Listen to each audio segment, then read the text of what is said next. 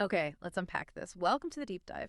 We're your shortcut to, well, actually being well informed, mixing in some surprising facts, maybe a little humor.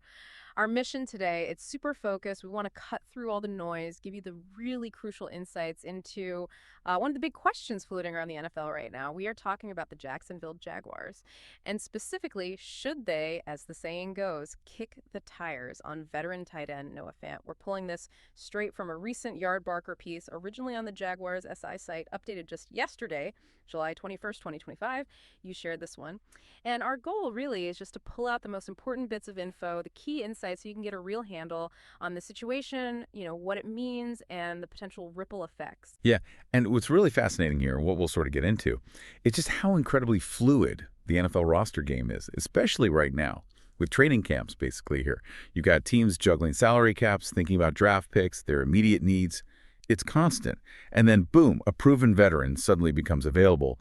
And if that lines up with a team that has a, let's say, glaring need at that exact spot, it can change everything strategically. Yeah. It's not just about one player potentially moving. It's really about understanding that that chess match NFL GMs play constantly. That's exactly it. And the spark for this whole conversation, like you said, highlighted right in the article, is the news that Seattle unexpectedly waived their starting tight end, Noah Fant, right before camp starts. The second that happened, the article basically suggested this move might actually be like a hidden favor to the Jaguars, which sounds a bit bold, right? But maybe it makes sense. Oh, it absolutely does start to make sense when you connect the dots. Yeah. You look at the Jags roster right now, and the article spells it out pretty clearly. Jacksonville is, let's say, in desperate need of a starting tight end who can block and catch passes. That dual ability, and this isn't a new problem. The reporting points out, since they waived Evan Engram back in the spring, they haven't really brought in a replacement, not a significant one anyway. So you're looking at a really key offensive spot, vital for running, for passing, and it's basically been empty. So yeah, it definitely raises that big strategic question for Jacksonville. Is this the perfect chance, landing right in their lap, to get a guy like Fant without giving up draft picks or trading assets? It's a rare kind of opportunity to fill a major hole with a known quantity, almost out of the blue. That really is the million-dollar question, isn't it? Like an unexpected gift showing up on the doorstep. Okay, so let's peel back the layers on Fant himself. Who is this guy? What's his story? Well, the article tells us he came into the league as a first-rounder, Denver Broncos 2019 draft. That's serious draft capital right there. Then he spent the last 3 seasons up in Seattle. He was a big piece of that huge Russell Wilson trade, remember that? And while he was with the Seahawks, he was on the field a lot. Appeared in 48 games, started 42 of them. So we're not talking about some bench warmer. This guy has been a legit starting tight end in the NFL for several years. And the numbers kind of back that up. Over those 3 years in Seattle, 1,400 yards, 130 catches, 5 touchdowns. For a tight end, those are, solid, reliable numbers. Shows he can play. They absolutely are solid numbers. And this is where it gets really important for you, the listener, to grasp the why behind his release. Because it's not what you might think. The article is very explicit. Fant was purely a salary cap casualty. Simple as that. Ah, okay. So not performance. Not performance at all. The report flat out says he can still play the game, period. His base salary this year was scheduled to be $8.91 million. That's a decent chunk of change. And you know how it is in the NFL. Teams are constantly shuffling money around trying to make the cap work, especially when they draft guys or sign free agents. Seattle drafted Elijah Arroyo, a tight end. In the second round, they also brought in Eric Sauber, and not the free agent tight end. So for them, it became a financial calculation. They invested elsewhere at the position, and Fant's salary, even though he's still good, just didn't fit their specific puzzle anymore. If you connect this to the bigger picture, it's just a perfect example of how cuts aren't always about a player falling off. Often, it's finance, it's draft strategy, it's that constant roster churn.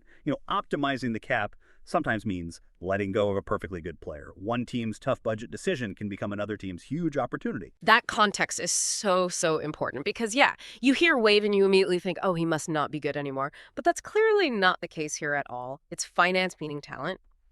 Okay, so let's pivot then. Let's put Fant's proven ability right up against the Jaguars' current tight end room as the article lays it out.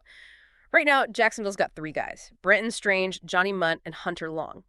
And the article doesn't really pull any punches. It gives a pretty blunt take. Quote, there is not a quality starter among the 3 of them. Ouch, that's pretty direct. It is very direct. And when you look at the details provided for each guy, you kind of see why they'd say that. Let's take Brenton Strange. Okay, 2nd-round pick in 2023. You'd expect something more, maybe. Over 2 seasons, he's got 45 catches, about 450 yards, 3 touchdowns. The piece mentions he played behind Ingram, which, okay, fair enough. But even with the Jags using 2 tight end sets pretty often, he still wasn't getting the ball a ton. Raises some questions about his readiness. Then you have Johnny Munt. He's an 8-year vet. Experience is good, but his career stats, 65 catches, just under 550 yards total, 4 scores that screams reliable backup, not really lead guy. Right, more of a depth piece. Exactly. Solid depth, but not the primary weapon. And then there's Hunter Long. Third rounder back in 21 for Miami. He's barely registered, 8 catches, 68 yards, 0 touchdowns, and 37 games played. It just hasn't happened for him. So what's really fascinating, and honestly pretty concerning if you're the Jaguars, is the massive gap this paints at a position that's just so critical for offensive balance, especially for a QB like Trevor Lawrence. A good tight end isn't just another receiver. They're like a security blanket, right? They help in the run game. They're a red zone mismatch. They can dictate coverages.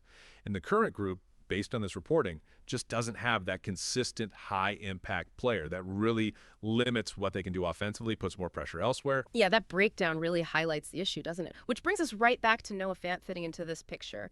How does his skill set directly address those specific needs the Jaguars have? And maybe just as important, how would he fit into their offense with Lawrence? The analysis you shared puts it bluntly. Fant clearly fills a need. It's not just about adding a warm body. It's about his specific abilities. He's got that dual threat thing down. He can block effectively, which you absolutely need for a balanced attack, but he can also catch the ball reliably. He's a legitimate receiving threat. Just picture it, right? You've got guys like Travis Hunter and Brian Thomas Jr. stretching the defense. Fant can work the middle, split the seam, make safeties and linebackers pay attention. That opens things up for everyone else. It gives Trevor Lawrence, as the article says, an additional weapon on offense. A versatile guy who can move the chains, be a threat near the goal line, maybe pick up yards after the catch. It's not just adding a player, it's adding a dimension, forcing defenses to think differently. And that's exactly where the strategic value just snaps into focus. The article is definitive on this point. Tight end is the weakest point on the Jaguars' offense, and Fant would definitely be an immediate upgrade. So what does that actually mean for the Jaguars? For a team trying to be a consistent contender? It means getting Fant isn't just plugging a leak. It's about seriously rounding out their whole offensive approach. For Trevor Lawrence, it's huge. It's another reliable target he can trust. A safety valve, almost. Exactly. Someone who can win those contested catches, give them an outlet when things break down. It diversifies their attack, makes them much harder to game plan against. With Fant, defenses have to account for him. He can exploit mismatches, make play action even more dangerous because he's a threat as a blocker and receiver. He brings that blend of versatility, experience, and immediate impact that, let's be honest, their current tight ends just don't seem to offer right now. It basically could transform their offense from having this one obvious weak spot into something much more dynamic, complete, balanced. It helps unlock everyone else. So wrapping this all up for you, we've really dug into this compelling case for the Jacksonville Jaguars to take a serious look at Noah Fant. We've seen how this proven talent became available basically because of Seattle's budget, not because he can't play anymore. And that unexpected availability lines up almost perfectly with Jacksonville's very clear, very urgent need for a quality, immediate upgrade at tight end, given who they currently have on the roster. The article makes a strong push for them to kick the tires. And yeah, after laying it all out, you can really see why that move feels not just logical, but maybe even essential. And it raises this bigger, sort of fascinating question for you to chew on as you follow the league. How often does this happen, where one team's salary cap move, maybe driven by their draft strategy, creates this perfect, almost tailor-made opportunity for another team that's desperate at that exact spot? What does this specific situation tell us about just how quickly things change in the NFL? That constant juggling act between talent, money, and need. And that relentless search for value where other teams have to make really tough calls. It's a great reminder that one team's tough decision, their necessary cut, can genuinely become another team's potentially game-changing golden ticket. It really makes you think about how these rosters get built, doesn't it?